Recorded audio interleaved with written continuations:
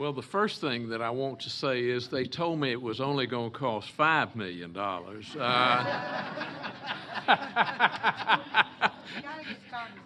Well, there's a little inflation in there, great inflation, and a little inflation in the cost.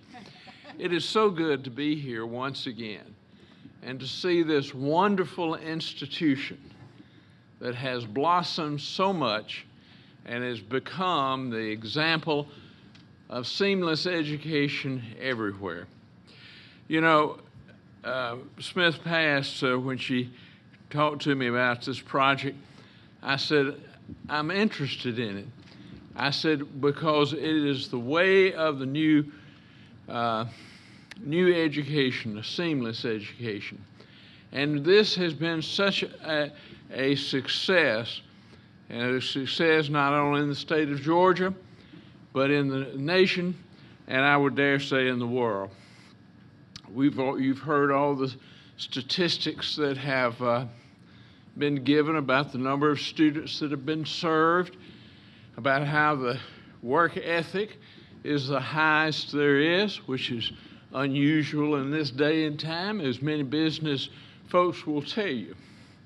There was a time 25 years ago when everybody was uniform on both sides of the aisle, whether you were Democrat or Republican, that education was the most important priority of the state of Georgia. And the reason is, just as Leah, and quoting Mike some years ago, has pointed out, not all kids, not all students are the same.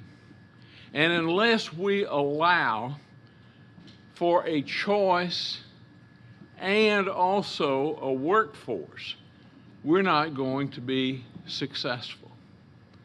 Unfortunately, I don't hear education mentioned much now in campaigns. All I hear is about issues that really do not affect us on a day-by-day basis. But this institution, this example, this way to make sure that business and the community and the educational institutions are all involved in one type and in one goal of providing a better educated workforce, but also giving the opportunity for those that want to go to college and to get college credit. I kept up with Central after we funded and opened. One of the things that amazed me in the early days, you know, it was thought that students would come 15, 16 years old and that they could get credit both in the technical college system and, of course, toward their graduation from high school. And it was thought it would be students that would be learning trades, and there would be students that were interested in providing the educated and trained workforce.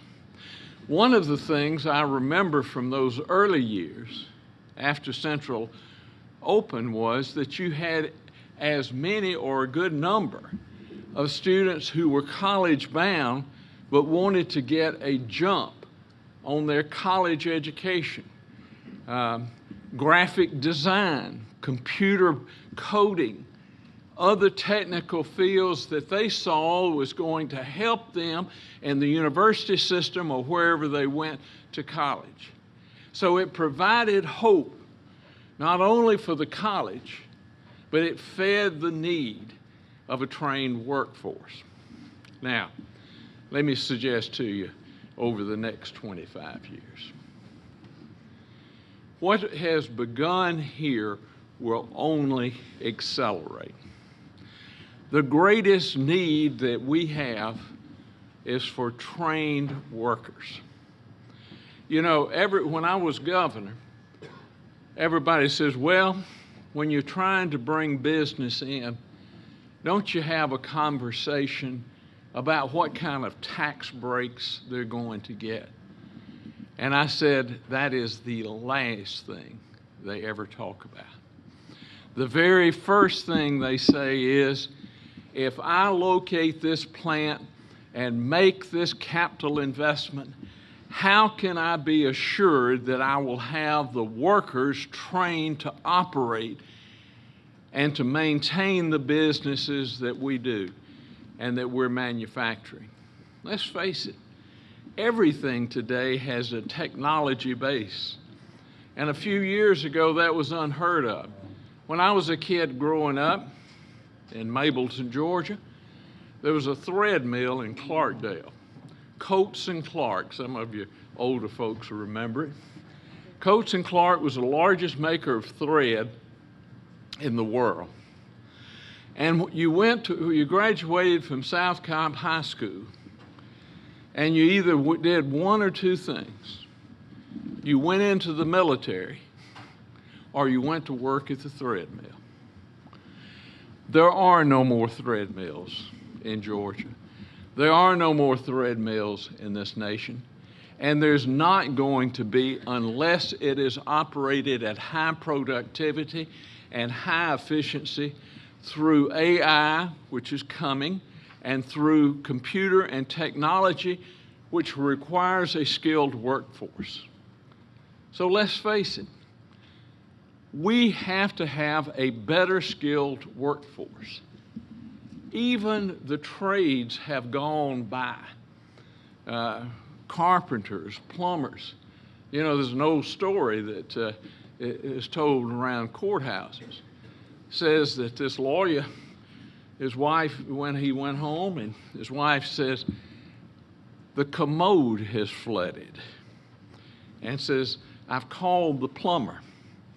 The plumber came, and it was really a minor issue, and he put a valve in and fixed it, and he told the lawyer, he says, that'll be $350. He says, $350? He says, that's more than I make as a lawyer. And the plumber says, yeah, it was more than I made when I was practicing law, too.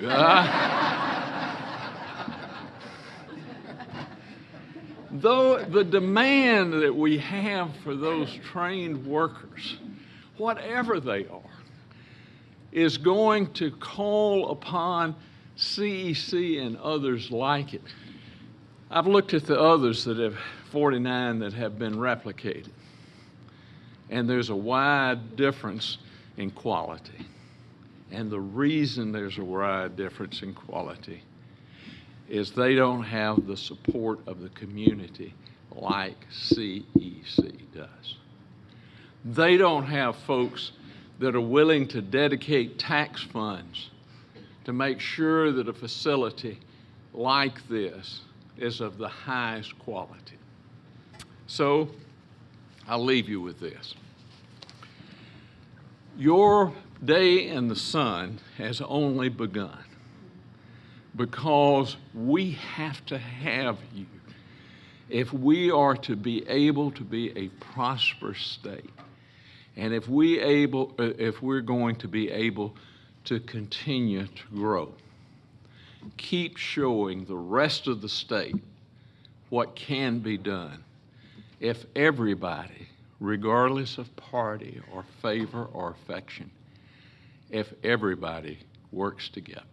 Thank you, and God bless you all.